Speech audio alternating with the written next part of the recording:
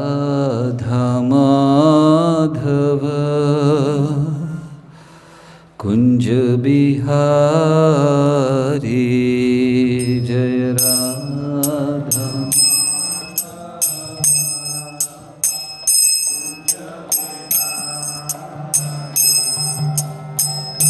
राधा माधव कुंज बिहारी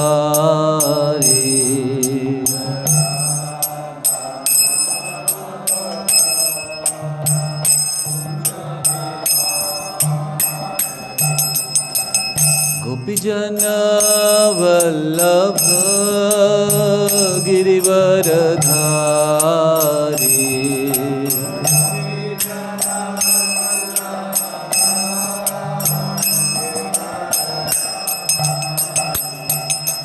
गोपीजन वल्लभ गिरिवरधारी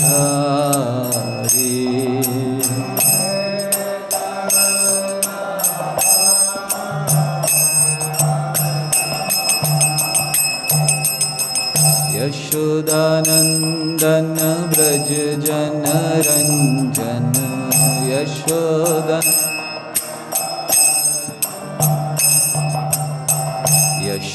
यशोदानंदन ब्रज जन रंजन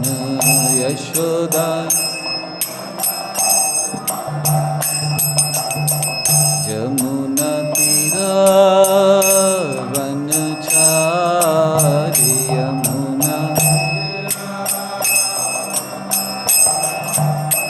जमुना तीरा वनचारी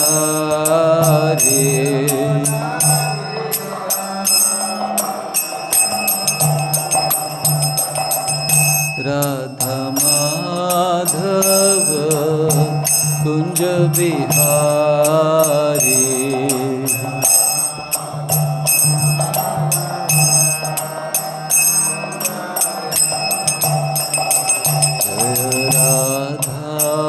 माधव कुंज बिहारी जय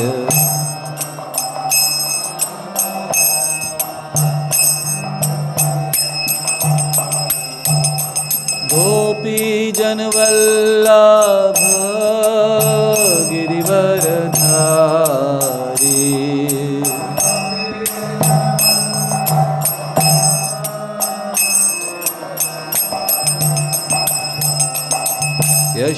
यशोदानंदन ब्रज जन रंजन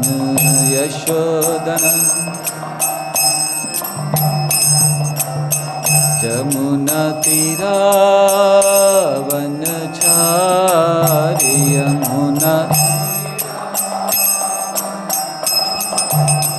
जमुना तीरा वनचारी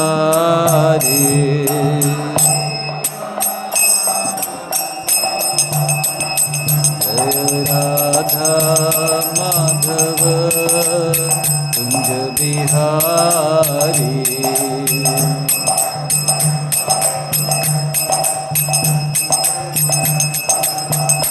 जय राधा माधव कुंज बिहारी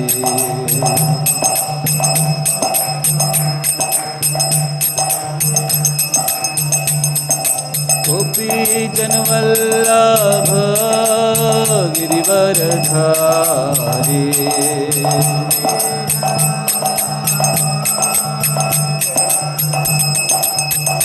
जय Radha Madhav Kunj Bihari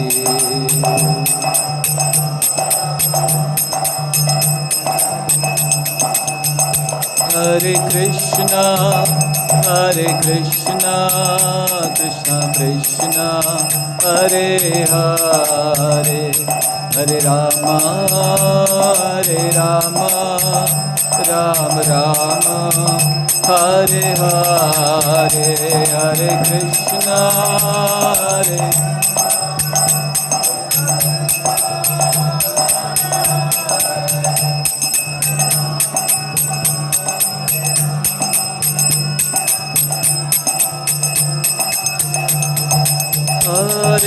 Krishna Krishna Krishna Hare Hare Hare Rama Rama Rama Hare Hare Hare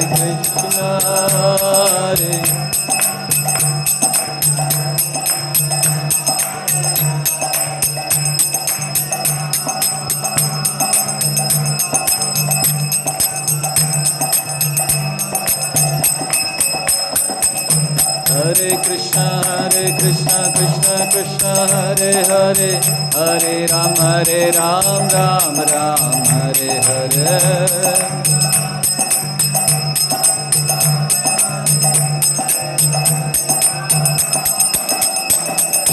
Hare Krishna Krishna Krishna Hare Hare Hare Ram Ram Ram Hare Hare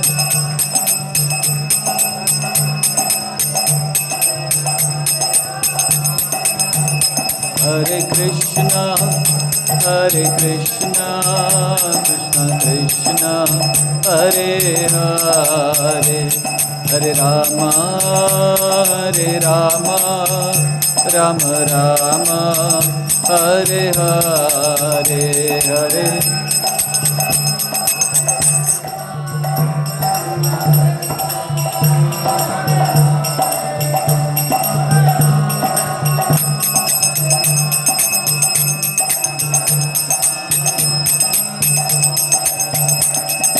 Shri Ram Jai Ram Jai Jai Ram Shri Ram Jai Ram Jai Jai Ram Shri Ram Jai Ram Jai Jai Ram Shri Ram Jai Ram Jai Jai Ram Sita Ram Sita Ram Sita Ram Jai Sita Ram Sita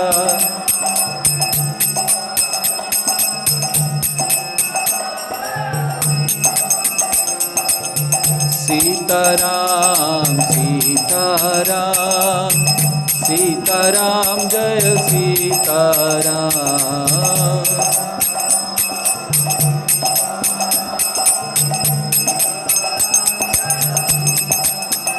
Sita Ram Sita Ram Sita Ram Sita Ram Jai Jai Sita Ram Jai Jai Sita Ram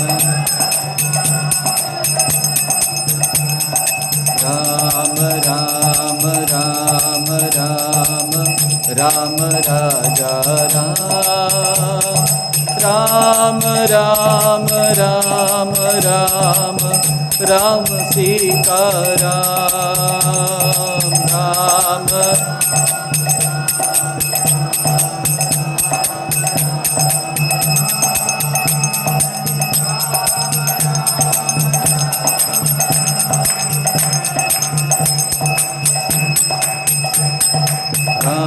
Ram Ram Ram Ram Ram Raja Ram Ram Ram Ram Ram Sita Ram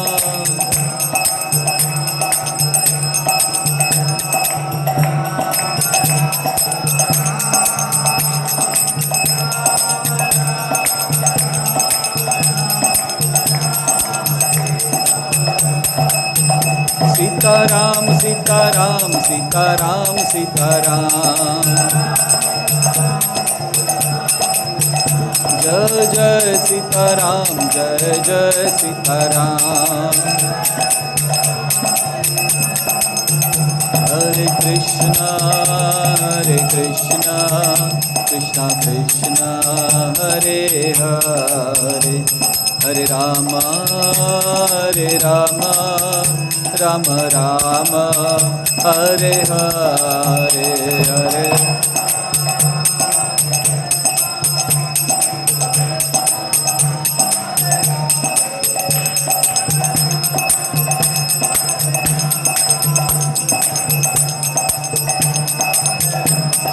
Jaya Jaya Prabhupada, Prabhupada, Prabhupada, Prabhupada.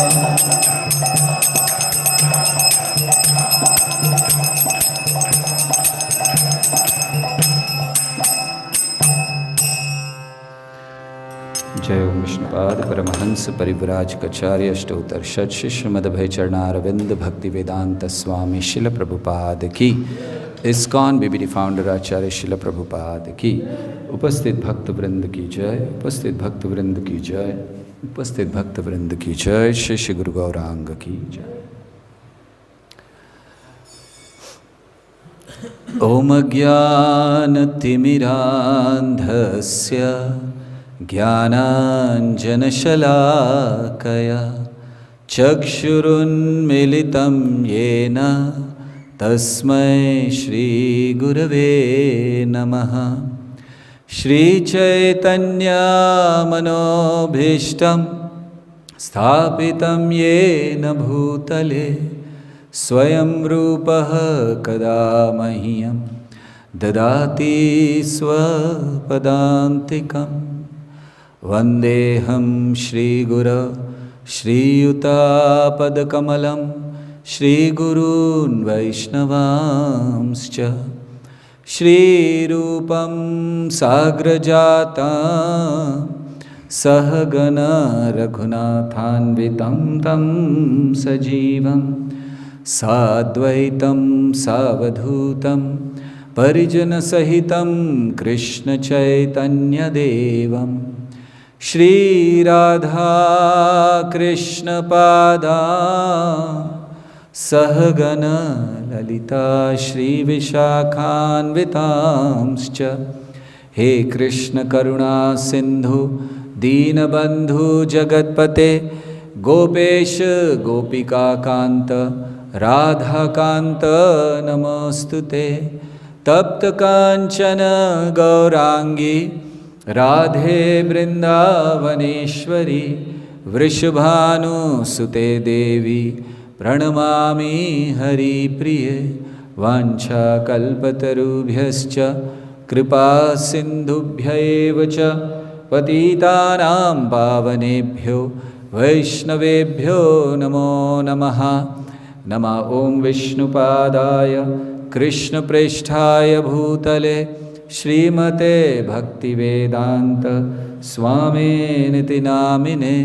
नमस्ते सारस्वते देवे गौरवाणी प्रचारिणे निर्विशेष शून्यवादी पाश्चात्य देशतारिणे। जय श्री कृष्ण चैतन्य प्रभो नित्यानंद श्री अद्वैत गदाधर श्रीवासादि गौर भक्त वृंद। हरे कृष्णा कृष्णा कृष्णा हरे हरे, हरे राम राम राम हरे हरे। हरे कृष्णा। रामायण पर चर्चा कर रहे हैं। तो कल चर्चा हुई थी कि कैसे दशरथ महाराज ने यज्ञ किया, यज्ञ से पायसम या खीर का कटोरा लेकर एक दिव्य पुरुष निकले और फिर उन्होंने उसको अपनी रानियों में बांट दिया। और कैसे तीनों रानियां कौशल्या, कैकई और सुमित्रा तीनों ये गर्भवती हुई और अब समय आया था भगवान राम के प्रकट होने का। तो यहाँ तक हम लोग चर्चा कर चुके हैं। तो अब समय आया और भगवान राम प्रकट हो रहे हैं। रामचंद्र जी के भी प्रकट होने के कुछ विशेष कारण थे। हमने पहले सुना था कि भगवान के आने के क्या क्या कारण होते हैं। तो रामचंद्र जी जब आए, उन कारणों के अलावा, वे कारण तो हैं ही, उनके अलावा जैसे हम लोग देखते हैं, पहला कारण हो सकता है रामचंद्र जी के आने का कि देवताओं ने प्रार्थना की। तो देवता गए थे, हमने सुना है कि देवता गए, उन्होंने प्रार्थना की और ब्रह्मा जी ने फिर कहा कि ठीक है सब देवताओं से कि भगवान प्रकट होंगे। भगवान ने ये वचन दिया। तो देवताओं की प्रार्थनाओं के कारण भगवान प्रकट हुए। तो यहाँ हम लोग एक बहुत महत्वपूर्ण बात देखते हैं जो अपने भक्ति के जीवन के लिए हम सीख सकते हैं कि देवता गए, उन्होंने कहा और भगवान ने कहा ठीक है मैं जन्म लूँगा, मैं दशरथ के घर में आऊँगा, मनुष्य रूप में आऊँगा, फिर मारूँगा। तो देवताओं ने भगवान से ये नहीं कहा कि अरे आप अभी क्यों नहीं मार देते। भगवान जन्म लेंगे, बड़े होंगे, फिर उसके बाद वन में जाएंगे, फिर उसके बाद मारे, कितने साल निकल गए, तो उतने साल तक तो कष्ट होता रहेगा। रावण थोड़ी चुप बैठ जाएगा कि ठीक है अब राम जी आने वाले हैं तो अब मैं कष्ट देना बंद कर देता हूँ। तो देवताओं ने ऐसा क्यों नहीं कहा भगवान से कि भाई आप अभी मार दीजिए, अभी कोई उपाय कीजिए उसको समाप्त करने का।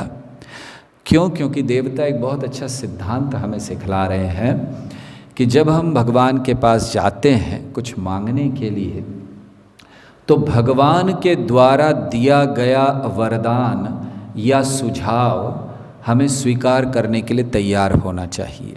भगवान जिस चीज़ को हमें देते हैं उसे लेने के लिए भी स्वीकार करना चाहिए, तैयार रहना चाहिए स्वीकार करने के लिए। हम ये नहीं कह सकते कि भगवान को हमारी समस्या का समाधान हमारे हिसाब से करना चाहिए। देवता कह सकते थे कि हमारे हिसाब से कीजिए, अभी मारिए, लेकिन उन्होंने स्वीकार किया। भगवान ने कहा ठीक है जन्म लेंगे, मारेंगे, स्वीकार किया। तो बड़ी महत्वपूर्ण बात है कि भगवान के पास हमें एक याचक की भूमिका में या याचक के भाव में जाना चाहिए। और एक याचक क्या होता है, उसको उसकी कोई डिमांड नहीं होती, वो आदेश नहीं दे सकता कि इसी तरह होना चाहिए। उसको जो प्राप्त हुआ उससे वो संतुष्ट रहता है। जैसे एक भिक्षा लेता भिखारी है तो वो क्या करता है, हाथ आगे देता, उसको जो मिले उसको स्वीकार करना चाहिए। वो ये नहीं कह सकता कि मुझे यही मिलना चाहिए। तो इसी तरह जब हम भगवान के पास जाते हैं तो हमें एक भिक्षुक, एक याचक के भाव में जाना चाहिए, कृपा के भिक्षुक बनना चाहिए। हर भक्त को भगवान के कृपा का भिक्षुक बनना चाहिए। अर्थात हम भगवान से कृपा की याचना कर रहे हैं। कृपा किस चीज़ के लिए मांग रहे हैं? क्या मांगना चाहिए भगवान से? भक्ति, भगवान की सेवा। क्योंकि अन्य सारी चीज़ें हमें हमारे कर्मों से मिल जाती हैं, लेकिन भगवान की भक्ति ये केवल भगवान की कृपा, भक्तों की कृपा से मिलती है। तो इसीलिए भगवान के पास अन्य चीज़ों को नहीं मांगना चाहिए। और कृपा कैसे आएगी ये हम भगवान को नहीं बता सकते। जैसे भगवान दे वैसे स्वीकार करना है। कृपा का कोई आधार नहीं होता। जिस चीज़ का आधार होता है वो कर्मफल होते हैं या न्याय होता है, लेकिन कृपा इसका कोई आधार नहीं है। भगवान किसी पर भी कृपा कर सकते हैं, उसी को कृपा कहते हैं जो बिना आधार के दी जाती, अहेतुकी। भगवान की कृपा किसी हेतु नहीं होना चाहिए। तो ये पहली चीज़ हम लोग देखते हैं कि देवताओं ने बड़े प्रेम से स्वीकार कर लिया। तो हमें भी एक याचक, एक भिक्षुक बनना चाहिए। भगवान जिस चीज़ को दें, जैसे दें, उसको स्वीकार कर लेना चाहिए। व्यक्ति प्रसन्न रह सकता है। हम भगवान से याचना करते हैं, हमें उस तरह की चीज़ नहीं मिलती तो हम दुखी हो जाते हैं। हम सोचते भगवान ने मेरी याचना सुनी नहीं, या हम सोचते हैं कि शायद भगवान है भी या नहीं। तो हमें केवल कृपा का भिक्षुक याचना करनी चाहिए, कृपा अपने आप आएगी। दूसरा कारण भगवान राम के आने का था कि वो वन में रहने वाले ऋषि मुनियों को आनंद देना चाहते थे। जैसे भगवान कई वनों में गए, दंडकारण्य में गए, अन्य स्थानों में गए, तो वहाँ रहने वाले ऋषि मुनियों को आनंद देना चाहते थे। ताकि वे लोग भी जो वहाँ रहकर तपस्या कर रहे हैं भगवान के दर्शन कर सकें। अब सोचिए, जब भगवान वन में विचरण कर रहे होंगे, कितने सारे ऋषि मुनियों ने उनके दर्शन किए होंगे, कितनों ने उनकी सेवा की होगी, भगवान उनके संग में रहे होंगे वहाँ पर। तो ये सारा आनंद ऋषियों को कैसे मिलता, भगवान देना चाहते थे। और तीसरा कारण कुछ आचार्य समझाते हैं कि भगवान सीता देवी के साथ थोड़ा एकांत चाहते थे। आध्यात्मिक जगत में मिलता नहीं है, बहुत सेवक रहते हैं, सेवाएं होती रहती हैं, तो कहीं एकांत नहीं मिलता। तो भगवान ने सोचा थोड़ा लीला करें और फिर सीता देवी के साथ एकांत में समय बिता सके। जैसे जगन्नाथ जी भी ऐसी कुछ लीला करते हैं कि वो लक्ष्मी देवी के साथ एकांत में समय बिता सकें। तो ऐसे ये भगवान के आने के, रामचंद्र जी के आने के कुछ विशेष कारण हैं। तो अब नवमी तिथि आई। वाल्मीकि मुनि ने कुछ विस्तार से ज़्यादा इस समय का वर्णन नहीं किया। हाँ, अन्य संस्करणों में बड़े विस्तार से इसका वर्णन हुआ, क्या समय था, कैसी तिथि थी, कैसा लग्न था इत्यादि। तो वाल्मीकि मुनि लिखते हैं कि मधुमास था, नवमी तिथि थी और दोपहर का समय था। रामचंद्र जी दोपहर के समय प्रकट हुए थे, इसीलिए रामनवमी पर दोपहर तक उपवास रखते हैं। और चैतन्य महाप्रभु संध्या को प्रकट हुए थे, तो इसलिए संध्या तक उपवास होता है। नरसिंह देव संध्या के समय हुए तो संध्या तक उपवास होता है। केवल एक कृष्ण ही हैं जो बड़ा लंबा उपवास रखवाते हैं, क्योंकि वो रात को 12 बजे प्रकट हुए थे तो उनके लिए वो रात को 12 बजे तक उपवास रखना पड़ता है। तो रामचंद्र जी दोपहर में प्रकट हुए और पहले राम हुए, और फिर ऐसा वर्णन भी है कि रामचंद्र जी, भरत, लक्ष्मण और शत्रुघ्न में एक 2 दिन का अंतर भी था। और कहीं पर कहा गया है कि एक ही दिन में, लेकिन केवल राम पहले हुए, फिर भरत, फिर लक्ष्मण और फिर शत्रुघ्न।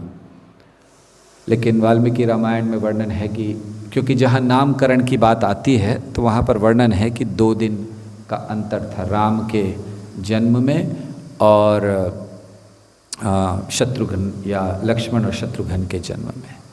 तो ये चारों भाई प्रकट हुए भगवान राम। तो सबसे पहले रामचंद्र जी प्रकट हुए कौशल्या के सामने। तो कौशल्या का आनंद तो कहना ही क्या।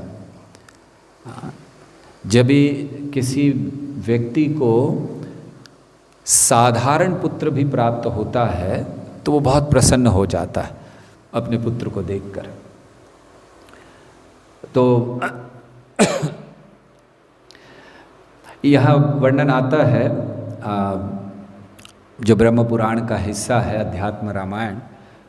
तो भगवान चतुर्भुज रूप पे प्रकट हुए कौशल्या के सामने, और जैसे ही प्रकट हुए तो कौशल्या ने बहुत सुंदर सुंदर प्रार्थनाएं अर्पण की। यही चीज़ हम लोग कृष्ण के जन्म के समय देखते हैं। जब कृष्ण का जन्म हुआ तो वसुदेव ने, देवकी ने प्रार्थनाएं अर्पण की। तो कौशल्या ने प्रार्थना अर्पण की, बहुत सुंदर प्रार्थना है। कौशल्या देवी कहती हैं, देव देव नमस्तेस्तु शंख चक्र गदाधर परमात्मा च्युतोऽनंत पुराणस्त्वं पुरुषोत्तमा। तो वो कहती हैं, देव देव नमस्तेस्तु, हे देवाधिदेव, हे देवों के देव। भगवान को सारे जितने देव हैं उनमें सर्वश्रेष्ठ देव हैं भगवान, अर्थात देवों के भी स्वामी हैं भगवान। तो इसीलिए उन्होंने कहा, देव देव नमस्तेस्तु, आपको नमस्कार है। शंख चक्र गदाधर, आप शंख चक्र गदा पद्म धारण कर कर प्रकट हुए हैं कौन आप? परमात्मा च्युतोऽनन्तः, आप परमात्मा हैं। परमात्मा का अर्थ होता है आप अंतर्यामी हैं, आप हर एक के हृदय में हैं, हर एक के साथ हैं, हर एक के सुहृद हैं, हर एक के मित्र हैं। आप ही सबका पालन पोषण करते हैं, आप परमात्मा हैं। और अच्युत अर्थात आप अपनी स्थिति से कभी नहीं गिरते। ये शब्द बड़ा महत्वपूर्ण है भक्तों के लिए। अच्युत अर्थात जो अपनी स्थिति से कभी नहीं गिरते या अपने कार्य से कभी नहीं चूकते, भक्तों से आदान प्रदान करने में वो कभी नहीं चूकते, इसीलिए उन्हें अच्युत कहा जाता है कि वो हमेशा ध्यान रखते हैं कि भक्तों से आदान, भक्तों की सेवा करने में कभी नहीं चूकते, भक्तों की सेवा के लिए तत्पर रहते हैं, भक्तों को कृपा करने के लिए तत्पर रहते हैं, अपनी स्थिति से कभी वे नीचे नहीं आते, भले ही अर्जुन के सारथी क्यों न बन जाएं। और फिर कहती हैं अनंत, आप अनंत हैं। भगवान प्रकट हुए हैं, सामने हैं, और कौशल्या ये प्रार्थनाएं अर्पण कर रही हैं, आप अनंत हैं। भगवान अनंत क्यों कहलाते हैं? भगवान के गुण अनंत हैं, भगवान की लीलाएं अनंत हैं, भगवान के रूप अनंत हैं, भगवान की कृपा अनंत है, इसीलिए भगवान अनंत कहलाए जाते हैं। तो ऐसे उन्होंने प्रार्थनाएं की, पुराणस्तम पुरुषोत्तमा, क्या आप पुरुषों में सर्वश्रेष्ठ हैं, पुरुषोत्तम हैं। और फिर वो आगे कहती हैं, बहुत प्रार्थनाओं में उन्होंने कहा, जब उन्होंने कहा कि आप इस जगत के परे हैं, अनंत हैं इत्यादि, लेकिन फिर भी आप इस जगत का सृजन करते हैं, पालन करते हैं और संहार करते हैं, आप ही इसको करते हैं, लेकिन आप इसका स्पर्श तक नहीं करते, आप गुणों के परे हैं, तो क्या कोई आपको देख नहीं सकता? तो वो कहती हैं कि आप केवल उनके द्वारा नहीं देखे जाते जो अज्ञान में हैं, ज्ञानी व्यक्ति भक्त आपको बहुत स्पष्ट देख लेता है। तो आपके द्वारा केवल जो आपको केवल भक्त ही देख सकता है। और फिर वो कहती हैं, उन्होंने अभी कह दिया आप अनंत हैं, लेकिन कहती हैं अनंत होते हुए भी, असीमित होते हुए भी, अजन्मा होते हुए भी आप जन्म लेते हैं मेरे गर्भ से। तो कैसे ये हो सकता है? आप गर्भ में क्यों आते हैं? आपने मेरा गर्भ क्यों स्वीकार किया? क्योंकि आप भक्तों के हाथों बिकने के लिए तैयार हैं, आप भक्तों को समर्पण कर देते हैं, इसीलिए आप मेरे गर्भ में आए, अन्यथा आप आ नहीं सकते। तो भगवान जब आते हैं वो अजन्मा भगवान जन्म लेते हैं। भगवत गीता में भगवान कहते हैं अजोपि सन्नव्यय आत्मा, अजन्मा है वो, लेकिन फिर भी वो जन्म लेते हैं, असीमित हैं, सीमित हो जाते हैं, अनंत हैं, लेकिन बहुत छोटे से होकर कौशल्या की गोद में आ जाते हैं। ये प्रेम है भगवान का। तो ये प्रेमवश, भक्तों के प्रेमवश वो इस कार्य को करते हैं। तो वही कौशल्या प्रार्थना कर रही हैं और फिर वो कहती हैं कि ये जो आपका रूप है ये सदैव मेरे मन में बना रहे, मुझे इतना आशीर्वाद दीजिए, ये सदैव मेरे मन में रहे, क्योंकि जब तक ये रूप मेरे मन में रहेगा माया मुझे प्रभावित नहीं करेगी। तो इसीलिए ये प्रभाव, ये रूप आपका सदैव मेरे मन में रहे। और अंत में वो प्रार्थना करती हैं कि मेरे हृदय में वात्सल्य भाव जागृत करने के लिए कृपया आप छोटे से बालक बन जाइए। तो जब ऐसा उन्होंने कहा तो भगवान ने कौशल्या से कहा जैसी आपकी इच्छा। ये रूप मैंने रावण का वध करने के लिए लिया है। आपने और दशरथ ने पूर्व काल में बड़ी तपस्या की थी, इसीलिए ये संभव हो सका कि न केवल आप मुझे देख पाएंगे लेकिन साधारण व्यक्ति भी मुझे देख पाएगा। उस समय जितने लोग थे अयोध्या में सब देख पाए, वन में देख पाए, जहाँ जहाँ रामचंद्र जी गए सब देख पाए। तो उन्होंने कहा ये देख पाएगा। और फिर भगवान राम ने बड़ा सुंदर आशीर्वाद दिया उन लोगों के लिए जो इस संवाद को, कौशल्या और राम का जो संवाद हुआ, इस संवाद को जो पढ़ते हैं या दूसरों को सुनाते हैं उनका क्या गति होती है।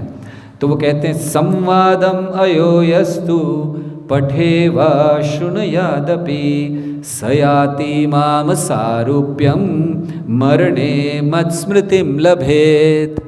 बहुत सुंदर आशीर्वाद रामचंद्र जी देते हैं।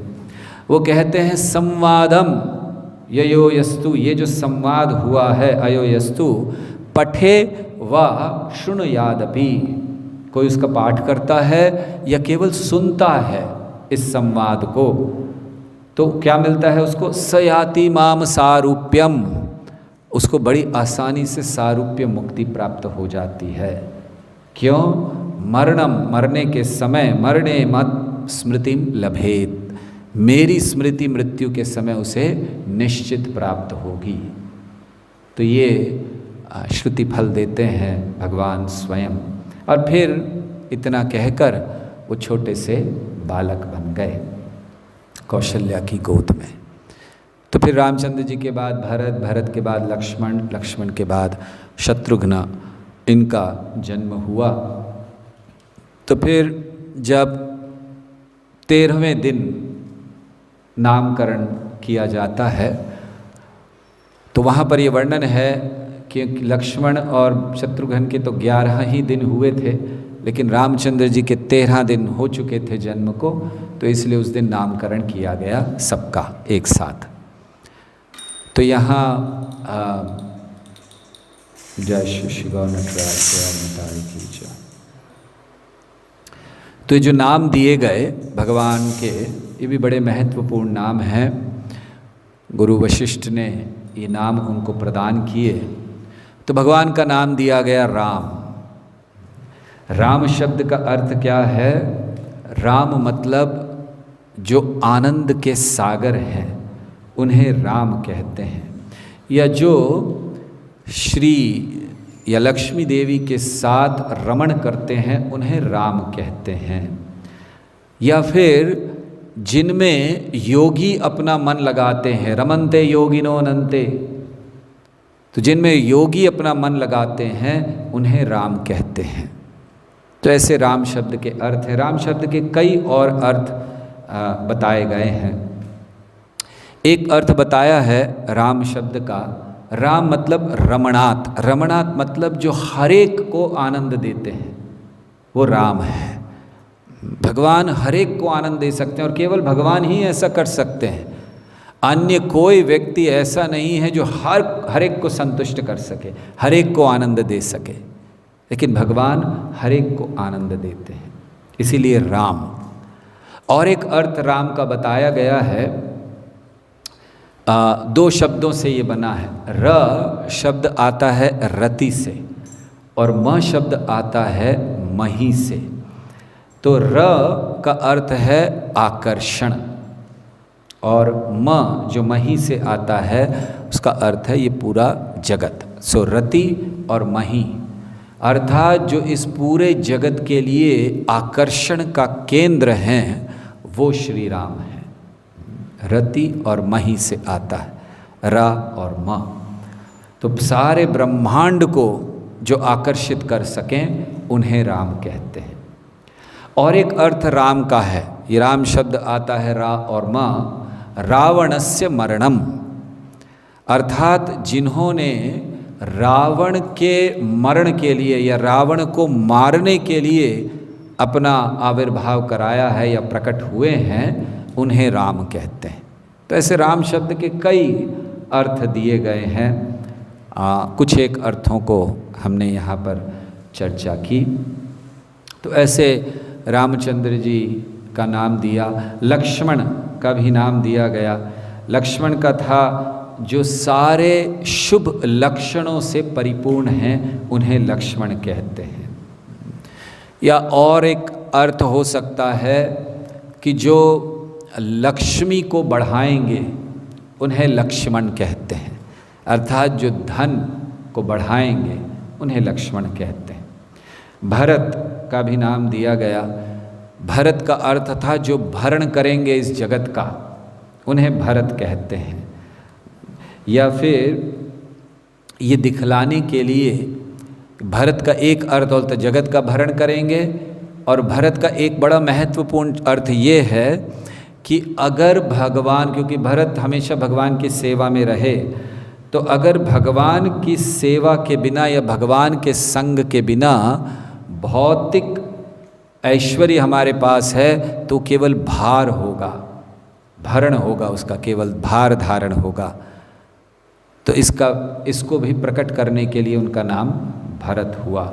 और शत्रुघ्न मतलब जो शत्रुओं को बहुत त्रस्त कर देंगे, शत्रु जिनके नाम से कांप उठेंगे, ऐसे शत्रुघ्न।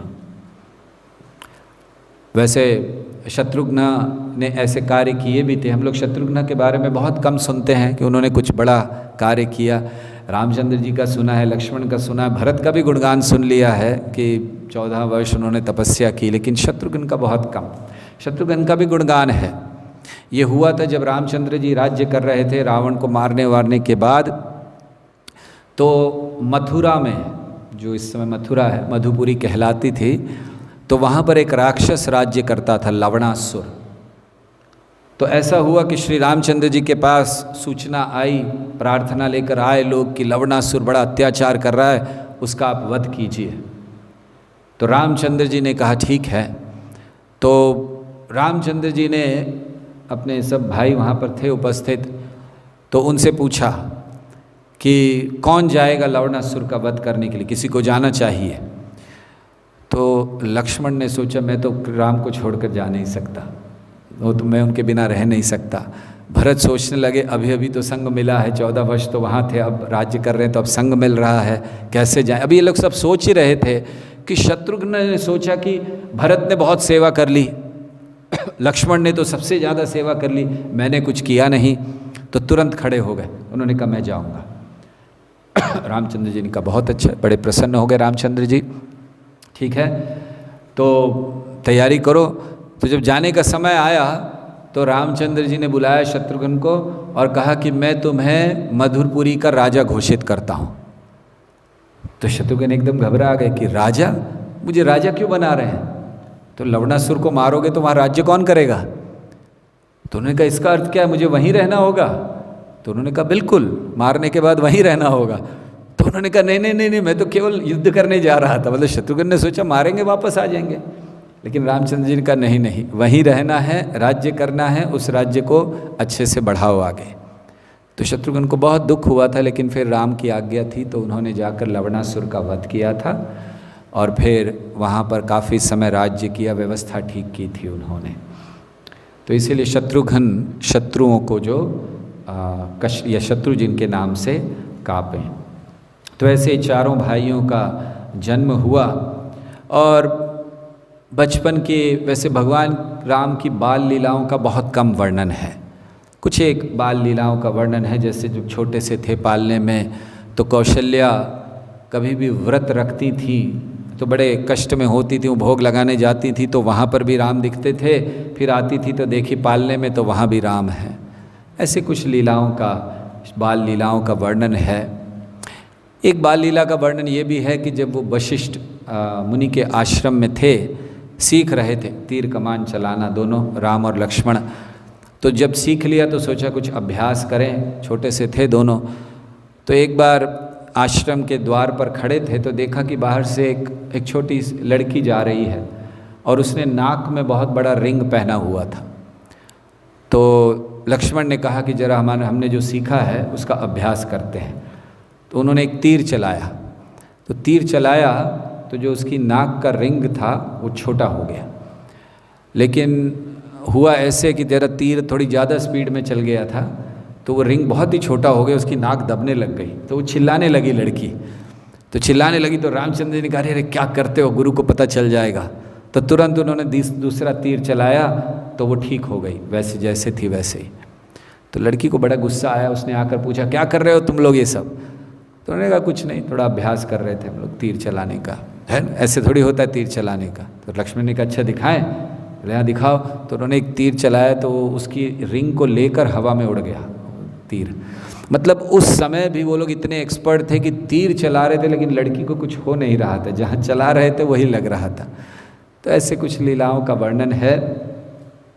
और धीरे धीरे फिर अब रामचंद्र जी थोड़े से बड़े हो गए और ये समय आया जब विश्वामित्र मुनि वहाँ पर आने वाले हैं या आए हैं। तो ये बड़ा सुंदर प्रसंग है कि जब विश्वामित्र मुनि राज्य में प्रवेश करते हैं या आते हैं तो विश्वामित्र मुनि जब आए तो साधारणतः बड़े क्रोध में रहते हैं। दशरथ महाराज ने सुना कि विश्वामित्र मुनि आए हैं तो घबरा गए, क्योंकि विश्वामित्र मुनि कहीं पर आए तो कुछ ना कुछ गड़बड़ होने वाली है या कुछ बाधा आने वाली है। तो फिर खैर जब आए विश्वामित्र मुनि, दशरथ महाराज ने स्वागत किया, लेकर आए, बिठाया, चरण धोए, हाथ जोड़कर उनको पूछा बताइए हम क्या सेवा कर सकते हैं आपकी। और दशरथ ने कह दिया कि आप जो भी चाहें आप कह सकते हैं, मांग सकते हैं और हम ना नहीं करेंगे। तो विश्वामित्र ने कहा बहुत अच्छा, मैं तो जानता हूँ कि आप जैसे राजा के होने से ही ऋषि मुनि बने हुए हैं, तो मैं कुछ मांगने आया हूँ। तो दशरथ ने कहा कहिए, आप जो कहेंगे हम देने के लिए तैयार हैं।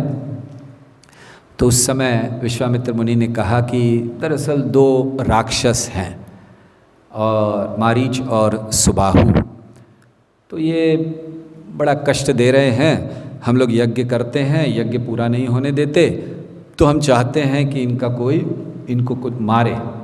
तो दशरथ ने कहा कोई इतनी सी बात, हम चलते हैं, आपको सेना दे देते हैं। तो उन्होंने कहा नहीं सेना नहीं चाहिए, राम को भेज दो।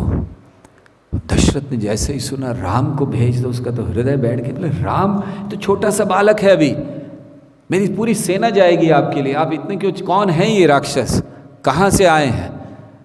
तो विश्वामित्र मुनि ने कहा कि वो राक्षस राज रावण के राक्षस हैं। दशरथ महाराज ने रावण का नाम सुना तो बोला बिल्कुल नहीं, राम तो बिल्कुल नहीं जाएंगे। रावण का नाम सब जानते थे, इतना बहुत शक्तिशाली राजा था। दशरथ ने कहा बिल्कुल नहीं। तो उस समय ये दुविधा हो गई कि अब वचन दे चुके हैं और विश्वामित्र मुनि को, तो कैसे नहीं करें। यहाँ एक बड़ा सुंदर हमारे लिए सिद्धांत, बड़े सुंदर उपदेश हमें मिलते हैं कि हम जब सेवा करना चाहते, जैसे दशरथ महाराज विश्वामित्र मुनि की सेवा करना चाहते थे शुद्ध की, जो आप कहेंगे, या प्रेम दर्शा रहे थे। तो प्रेम की परीक्षा कब होती है? प्रेम की परीक्षा होती है जब हम निस्वार्थ सेवा करते हैं, जिसमें कोई स्वार्थ नहीं है। ये नहीं कि अरे इससे नहीं करेंगे, ये मेरा पुत्र है नहीं जाएगा। निस्वार्थ सेवा, ये प्रेम की परीक्षा है। कभी कभी ऐसा लगता है जैसे अगर आए थे विश्वामित्र मुनि, किस लिए आए थे? ऐसा नहीं था कि विश्वामित्र मुनि के अंदर शक्ति नहीं थी, वो मार नहीं सकते थे, लेकिन वो आए थे क्योंकि वो राम और सीता का मिलाप कराना चाहते थे, उसलिए आए थे। बाकी शक्ति उनके अंदर कम नहीं थी, वो ही राक्षसों को मार सकते थे। तो कभी कभी आगे आने वाले अच्छे भाग्य को हम देख नहीं पाते हैं। हम लोग इस समय, जैसे हम लोग हमारे लिए जो आगे भाग्य लेकर आने वाला व्यक्ति है या जो माध्यम है, उसको हम समझ नहीं पाते हैं। अर्थात जब हम भक्ति करते हैं तो भक्ति करने में करते करते कई बार हमें ऐसे भक्तों का संग होता है या उनका संग करना पड़ता है जो प्रतीत होते हैं कि हमारे लिए बाधा हैं, लेकिन दरअसल वो हमारे लिए भाग्य का द्वार होते हैं और हम उसको समझ नहीं पाते हैं। जैसे इस समय दशरथ महाराज समझ नहीं पा रहे हैं कि रामचंद्र जी को लेने नहीं आए हैं, राम और सीता का मिलाप कराने के लिए आए हैं, वो लेके जाएंगे मिथिला उनको, लेकिन उस समय समझा नहीं जाता। तो हमारे लिए ये बड़ी महत्वपूर्ण बात है कि हम इस चीज़ को समझें कि हर व्यवस्था हमारे लिए भगवान की एक योजना है। अगर हम हर व्यवस्था को भगवान की योजना समझें तो भय नहीं होगा दिल में। आज दुनिया भर में लोग डरे हुए हैं, एक कुछ भयंकर बीमारी आ गई, हर कोई डरा हुआ है। किस लिए डरे हुए हैं? कहीं मुझे ये बीमारी ना लग जाए। हाँ, हमें सावधानी बरतना निश्चित है, लेकिन हृदय में भय नहीं होना चाहिए कि ये कुछ हो जाएगा। इसका अर्थ है मैं भगवान पर विश्वास नहीं है।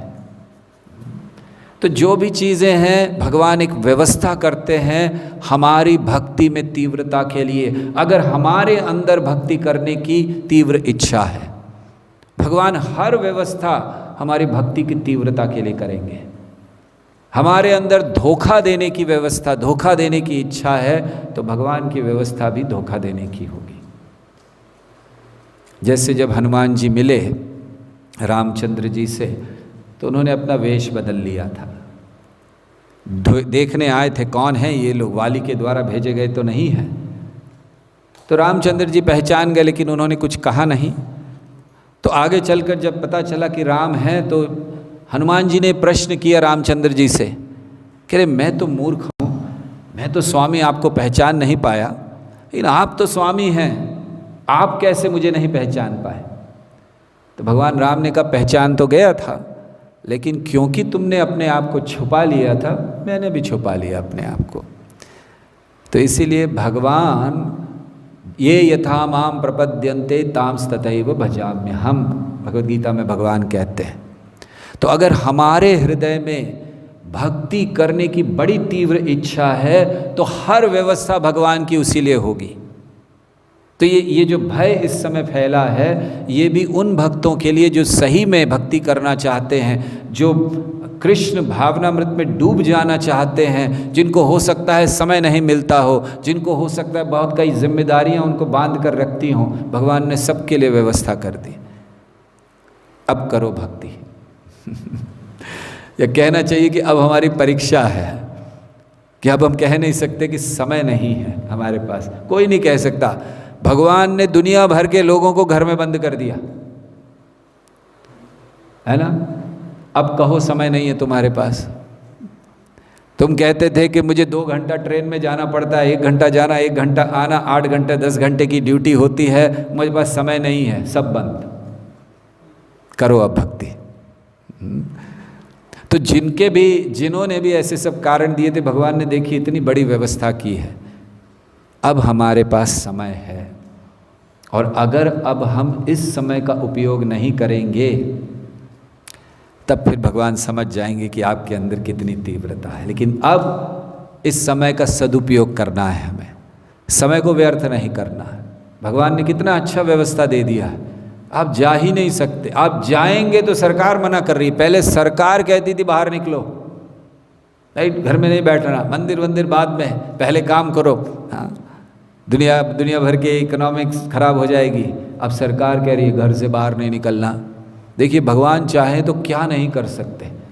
हाँ, कितनी अच्छी व्यवस्था कि जो मना करते थे घर में बैठने के लिए, कहते थे बाहर, वही आज कह रहे हैं कि घर से बाहर नहीं निकलना। तो क्या करना है, भजन करो। अब भक्त तो वही करेंगे। तो इसीलिए ये बहुत अच्छा समय हमारे लिए है कि हम पूर्ण रूप से भगवान की शरण जाएं। हम कोई अब कारण ना दें, बहाना ना दें, पूर्ण रूप से शरण जाएं। हम अधिक जप करें, हम अधिक श्रवण करें, थोड़ा बहुत सो भी लें वो भी व्यवस्था है। अधिक श्रवण करें, अधिक जप करें। ये वो समय है, मान लीजिए भगवान ने उन सारे भक्तों को जो बड़े बड़े तपस्वी नहीं हैं, जो बड़े बड़े ऋषि मुनि नहीं हैं, उनको वो सुविधा दे दी है जो ऋषि मुनियों को प्राप्त है। ऋषि मुनियों को क्या सुविधा प्राप्त है? प्रातः से लेकर शाम तक, रात तक केवल भगवान का भजन करना। अब ये सुविधा सबको दे दी है भगवान ने। और अब भी अगर कोई नहीं करता है तो फिर कुछ साल बाद भगवान को कुछ और करना पड़ेगा। तो भगवान को और कुछ करने पर मजबूर मत कीजिए, इसी अवसर का लाभ उठाइए। तो ये एक भक्त का भाव होता है कि वो आगे आने वाली हर अवस्था को भगवान की एक योजना मानता है जो मुझे भक्ति में आगे बढ़ाने के लिए बनाई गई है। तो ये हम लोग, और एक महत्वपूर्ण बात इस प्रसंग में हम लोग सीखते हैं कि वशिष्ठ मुनि मान लीजिए गुरु के प्रतिनिधि करते हैं, गुरु के आदेश के, गुरु के स्थान पर हैं, और दशरथ महाराज एक शिष्य। तो अब आदेश हुआ है राम को दो, राम को भेज दो।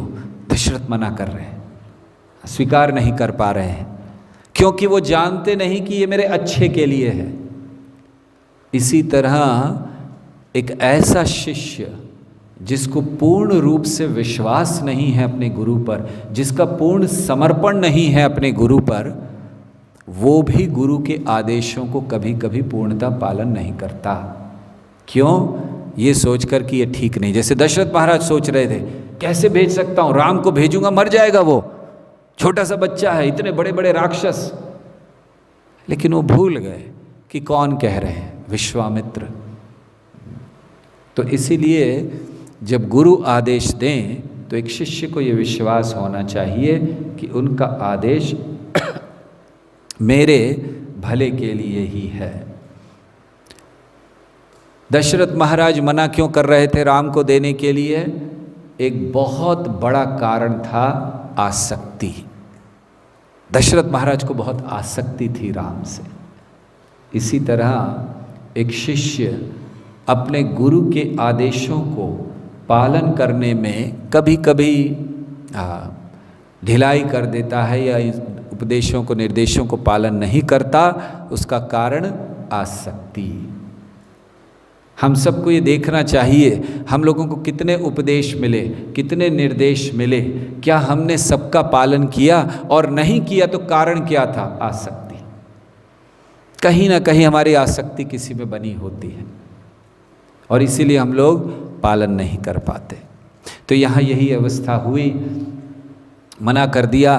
तो जब मना किया, वशिष्ठ मुनि उनको लेकर गए दशरथ महाराज को, उनको समझाया, आप क्या कर रहे हो? आप जानते हो ये कौन है? ये अकेले सारे राक्षसों को मार सकते हैं, विश्वामित्र। विश्वामित्र के विषय में विस्तार से आगे आएगी कथा, इसलिए अब नहीं कह रहे हैं। उनका सारा इतिहास, बहुत सुंदर इतिहास है उनका। वशिष्ठ मुनि से ही उनका झगड़ा हुआ था। वशिष्ठ मुनि से उनका पहला युद्ध हुआ था और उन्हीं के कारण वो ब्रह्म ऋषि बने, विश्वामित्र मुनि। तो ये उनकी कथा आएगी आगे, विस्तार से हम उसको कहेंगे। तो यह अभी सुन लीजिए, विश्वामित्र का भी वर्णन आ रहा है तो इसी समय चल लेते हैं। तो विश्वामित्र मुनि का कहानी ऐसी है कि वो एक राजा थे, क्षत्रिय हैं। तो एक राजा थे, बहुत शक्तिशाली राजा, बहुत कई उनके पुत्र थे। तो एक समय वो वन में आए, वशिष्ठ मुनि की कुटिया थी वहाँ पर, छोटे से वो रह रहे हैं। तो विश्वामित्र ने देखा, राजा विश्वामित्र ने देखा, तो उसने अपने सैनिकों को सबको दूर खड़ा किया कि ये छोटी सी कुटिया है, इतने सब आप लोग नहीं आना, मैं अकेला जाऊंगा। तो वो अकेले आए। वशिष्ठ मुनि ने स्वागत किया, राजा हैं आप, आइए। तो विश्वामित्र ने कहा कि बस ऐसे ही यहाँ से जा रही थी हमारी सारी सेना, आपका आश्रम दिखा तो हम रुक गए। तो वशिष्ठ ने कहा कि बुलाइए सबको, हम लोग थोड़ी सेवा करते हैं, आपके सैनिक भूखे होंगे, प्यासे होंगे। तो विश्वामित्र सोचने लगे, ये जंगल में रहने वाला एक कुटिया, मेरी इतनी बड़ी सेना, बैठने तक की जगह नहीं है, ये क्या खिलाएगा? तो उन्होंने कहा कि नहीं नहीं ठीक है, कुछ व्यवस्था हो जाए। तो वशिष्ठ मुनि ने नहीं नहीं, अरे राजा है, हमारा कर्तव्य आपकी सेवा करना, बुलाइए सारी सेना को। तो विश्वामित्र ने ठीक है, अब इतना बोल रहे तो बुला लेते हैं। तो सारी सेना को बुलाया गया भोजन के लिए। अब सोचिए, सेना राजा की, मतलब ऐसे नहीं कि उसके वो बॉडीगार्ड्स थे 4 साथ में, केवल उसके, पूरी सेना थी, बहुत सारे सैनिक, सेनापति, ये वो सब, सबको बिठाया गया खिलाने के लिए। और जब सब बैठ गए तो एक साथ सबको भोजन परोसा गया, मतलब एक साथ सबके प्लेट में आया। और ऐसा नहीं था कि कोई, जैसे हम लोग करते ना, बकेट लेकर चल रहा है दूसरा, जब भाई दाल आ जा, दाल नहीं आई है, राइस नहीं आ रहा है, इधर इतने सारे लोग होंगे तो अरे रुको यार, बड़ी सर्विंग में प्रॉब्लम हो रही है, अभी बन रहा है, सेकंड सर्विस नहीं मिलेगी, ऐसा कुछ नहीं। सबको उनके सामने वो भोजन आया जो उस व्यक्ति को सबसे प्रिय था। जैसे मान लीजिए किसी को पनीर अच्छा लगता था, उसके सामने पनीर आया, किसी को करेला पसंद था तो करेला आया, किसी को गुलाब जामुन पसंद था तो गुलाब जामुन आया। रमन कृष्ण प्रभु सोच रहे हैं यहाँ पर भी ऐसा हो जाए तो कितना आनंद आए रोज। तो सबके सामने वो आया, ऐसा नहीं था कि हर एक को खिचड़ी खिला दी कि भाई चलो अब क्या करें, इतने सारे लोग आए, खिचड़ी बना देते हैं। तो आश्चर्यचकित हो गए विश्वामित्र, ये क्या हो गया? मतलब उन्होंने तो विश्वास, पहले तो उनको विश्वास ही नहीं था कि इतनी बड़ी सेना को पानी तक पिला सकेंगे ये लोग। और देखा पानी छोड़िए, ये एक एक को उनकी पसंद का भोजन, सबके पास प्लेट और एक साथ सबको सर्व हुआ, सबने खाया, सब बड़े प्रसन्न हो गए, वाह वाह वाह क्या बात है। विश्वामित्र राजा जो थे वो आश्चर्यचकित हो गए। तो उन्होंने वशिष्ठ से पूछा, ये भाई दिखने में तो आप, मतलब राजा को लगा ना ऐसा तो नहीं कहीं कुछ गड़बड़ कर रहे हैं, दिखने में खजाना कहीं पीछे छुपा के रखा है, तो दिखने में आप जरा सी ये क्या किया आपने, कैसे हो गया। तो वशिष्ठ ने कहा कि देखिए हमारी तो कोई शक्ति नहीं है, ये गाय है मेरे पास नंदिनी, तो ये गाय बड़ी शक्तिशाली है और इसके कारण ये हुआ, ये सारी व्यवस्था इसने की है, हमने कुछ नहीं किया। तो वो जो गाय थी बड़ी ऐसी थी, तो विश्वामित्र ने सोचा इतनी बढ़िया गाय की, गाय से इतने लोगों को खिला दिया, अगर मेरे पास हो तो भी टेंशन ही नहीं है ना। तो उसने कहा कि देखो, वशिष्ठ मुनि से कहा कि जो भी अच्छी चीज़ है वो राजा के लिए बनी होती है, तो इसलिए मैं इस गाय को लेके जाऊंगा। तो वशिष्ठ मुनि ने कहा कि नहीं, आप गाय मत ले जाइए, ये हम इनसे दूध निकालते हैं, उसका घी बनाकर हम यज्ञ इत्यादि करते हैं, तो हमें यज्ञ के लिए आवश्यकता है। विश्वामित्र ने कहा कितनी गाय चाहिए तुम्हें, तुम्हें यज्ञ के लिए चाहिए ना, कितनी गाय चाहिए मैं भेजता हूँ, 1000 चाहिए, 10,000 चाहिए, मैं गाय भेजता हूँ, रखो जितनी गाय रखनी है। वशिष्ठ मुनि ने कहा नहीं, मैं तो यही गाय मुझे चाहिए, नंदिनी, मैंने इसको बड़े प्रेम से पाला है। तो फिर क्रोध आ गया विश्वामित्र को, तो वो जबरदस्ती खींच कर ले जाने लगे। तो उस समय नंदिनी वशिष्ठ मुनि से कहने लगी कि अरे मैंने आपकी इतनी सेवा की, आप कुछ करते क्यों नहीं है मेरी रक्षा के लिए। वशिष्ठ ने कहा मैं बाध्य हूँ, ये राजा हैं हमारे, मैं राजा के ऊपर कुछ कर नहीं सकता, वार नहीं कर सकता, तो मैं बाध्य हूँ। तो उस समय तो नंदिनी को उन्होंने कहा तुम ही कुछ करो, अगर करना चाहे तुम कर सकती हो अपनी रक्षा के लिए, मैं राजा के विरुद्ध नहीं कर सकता कुछ। तो फिर नंदिनी ने अपने शरीर से अलग अलग प्रकार के सैनिकों को प्रकट किया, और ऐसे कि कुछ सैनिक निकले, उन्होंने एक बस थोड़े ही समय में उसकी सारी सेना समाप्त कर दी। विश्वामित्र खड़े खड़े देख रहे, हुआ क्या, उनको समझ भी नहीं आया। गाय से सैनिक निकले और इनकी सेना समाप्त, और ये आश्चर्यचकित हो गए, बोले ये क्या हुआ। और गाय को वो ले जा नहीं सके, सारी सेना समाप्त कर दी, अभी ले जाने का प्रयास करेंगे तो क्या होगा। तो उनको शक्ति पता चली, तो उन्होंने सोचा मेरे क्षत्रिय होने का तो धिक्कार है, मैं इतनी शक्ति होकर एक ब्राह्मण जो मेरे हिसाब से भिखारी है उसका कुछ कर नहीं पाया मैं, ऐसी क्या शक्ति है इनके अंदर। तो वहाँ उपस्थित लोगों ने बताया ये ब्रह्म ऋषि हैं, ब्रह्म ऋषि की शक्ति आप जानते नहीं हैं क्या होती है। तो उस समय विश्वामित्र ने निर्णय लिया मैं भी ब्रह्म ऋषि बनूंगा। अरे तो उन्होंने सब कुछ छोड़कर तपस्या करनी शुरू की ब्रह्म ऋषि बनने के लिए। तो जो हम लोग बार बार सुनते हैं ना, विश्वामित्र तपस्या कर रहे थे, मेनका आई, रंभा आई इत्यादि, तो वो सब तपस्या के समय, तो उन्होंने तपस्या करनी शुरू की। तो तपस्या में बाधा हुई, पहले मेनका आई, मेनका से विवाह कर लिया, फिर बहुत समय बाद ध्यान आया, फिर से वापस तपस्या की, फिर रंभा आई, रंभा को क्रोध कर दिया, फिर तपस्या का बल चला गया। तो ऐसे करते करते फिर बड़ी कड़ी तपस्या करके उनको ब्रह्म ऋषि तो नहीं, पहले उनको राज ऋषि की पदवी दी गई, या ऋषि की पदवी, वो उनको स्वीकार नहीं, उन्होंने कहा मुझे ब्रह्म ऋषि बनना है। ऐसा भी वर्णन है कि उसके पहले वो कुछ शक्ति प्राप्त करके फिर से वशिष्ठ मुनि से लड़ने आए थे कि इनके कारण मेरी परास्त हुआ हूँ। और उस समय वशिष्ठ मुनि ने अपना दंड केवल ऐसे खड़ा कर दिया था, ब्रह्म दंड, कुछ नहीं कर पाए थे वो, तो इसीलिए ब्रह्म ऋषि बनना चाहते थे। तो विश्वामित्र ने बहुत फिर कड़ी तपस्या की, बहुत लंबी कथा है, और कई बार नहीं बन पाए। अंत में उन्होंने वशिष्ठ मुनि की शरण ली, उनके चरण पकड़ लिए और उनको स्वीकार किया, और तब जाकर आगे उनको ब्रह्म ऋषि का पद मिला कि हाँ अब आप तैयार हो, अब आपके अंदर नम्रता आ गई है, अब आप सही में ब्रह्म ऋषि बनने के लिए तैयार हैं। तो ऐसे वो बने थे।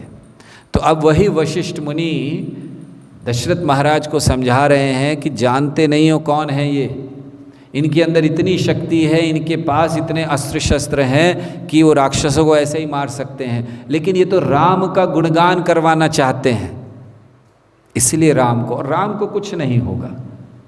तो अब गुरु कह रहे हैं विश्वामित्र मुनि कह रहे हैं, दशरथ कुछ कर नहीं पाए, बड़े भारी हृदय से उन्होंने राम को जाने की अनुमति दी। और फिर रामचंद्र जी का जाना हुआ तो लक्ष्मण तो स्वाभाविक है, वो तो जाएंगे ही जाएंगे। तो कल चर्चा करेंगे कि विश्वामित्र मुनि जब राम और लक्ष्मण को लेकर निकले तो रास्ते में बहुत सारी घटनाएं हुई, बहुत सुंदर सुंदर प्रसंग हुए। कुछ पहली हत्या भी की, वध किया भगवान राम ने। तो इसका वर्णन कल करेंगे। हरे कृष्णा कृष्णा कृष्णा हरे हरे, हरे राम राम राम हरे हरे। किसी का कोई प्रश्न है, कुछ पूछना चाहते हैं?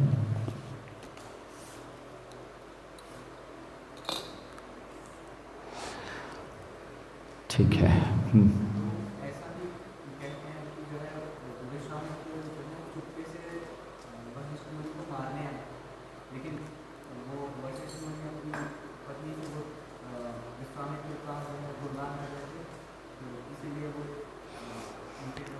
वेल, रामायण महाभारत में ऐसा वर्णन नहीं है, कहीं पर और हो सकता है किसी पुराण में, लेकिन रामायण में जो विश्वामित्र मुनि के जीवन का है, महाभारत में है, और ऐसा वर्णन नहीं है। एक्चुअली विश्वामित्र मुनि का और विस्तार से हम वर्णन कर सकते थे, उनके जन्म के पहले का, कि कैसे वो क्षत्रिय होते हुए ब्राह्मण बने। उनका और परशुराम जी का संबंध है। परशुराम जी ब्राह्मण होते हुए क्षत्रिय बने और विश्वामित्र क्षत्रिय होते हुए ब्राह्मण बने। तो ये गाधी महाराज तक जाता है इतिहास, तो पूरे इतिहास में हम पूरे में नहीं गए कि क्यों ऐसा हुआ, लेकिन ये जो प्रसंग आप कह रहे हो, ये वर्णन नहीं है रामायण या महाभारत में। कहीं और किसी पुराण में हो तो हमें पता नहीं है कि ऐसा वर्णन किया गया। और कोई प्रश्न है किसी के?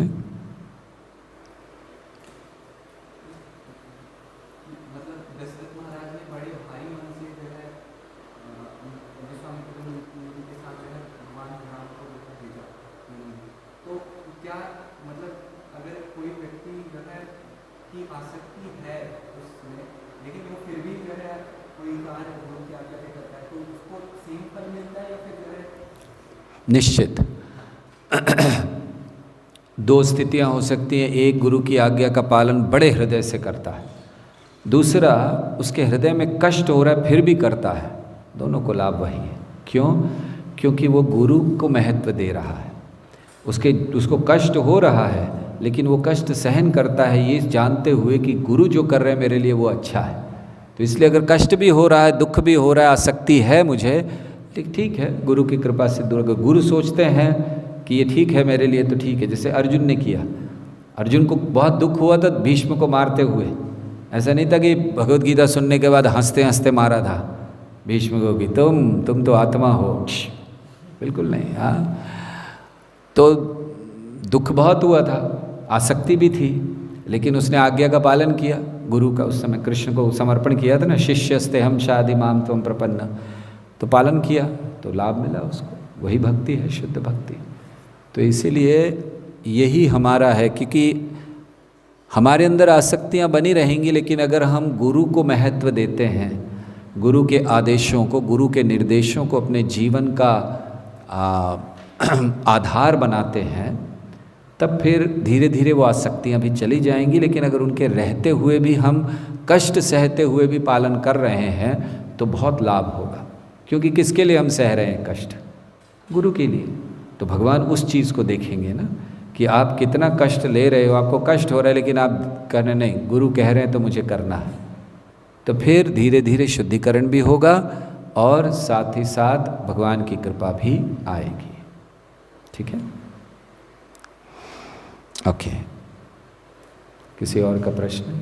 हाँ, ऐसा वर्णन है कि भगवान ने केवल कृष्ण के रूप में पृथ्वी को स्पर्श किया था, क्या ये सत्य है? नहीं, ऐसा नहीं है। भगवान रामचंद्र जी ने बड़े, इनके कई जगहों पर वर्णन है कि कैसे भगवान राम के चरण पृथ्वी पर पड़े तो ऐसा नहीं है कि केवल कृष्ण ने पृथ्वी का स्पर्श किया और बाकी जितने अवतार आए उन्होंने नहीं किया। रामचंद्र जी चले, और चले ही नहीं, नंगे पांव चले, जैसे कृष्ण चले थे। तो जब वन में गए तो ऐसे ही गए। तो उस समय वर्णन है कि चिंता हुई कि आप कैसे आपके कोमल चरण वहाँ पर रखेंगे, तो अर्थात उन्होंने चरण स्पर्श किए थे। और कोई प्रश्न है? ठीक है, बहुत बहुत धन्यवाद। हरे कृष्णा कृष्णा कृष्णा हरे हरे, हरे राम राम राम हरे हरे। श्रील प्रभुपाद की जय।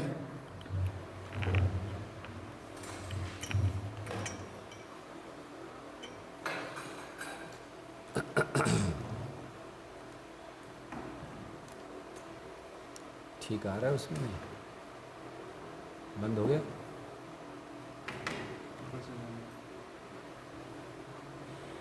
इसको बंद करो।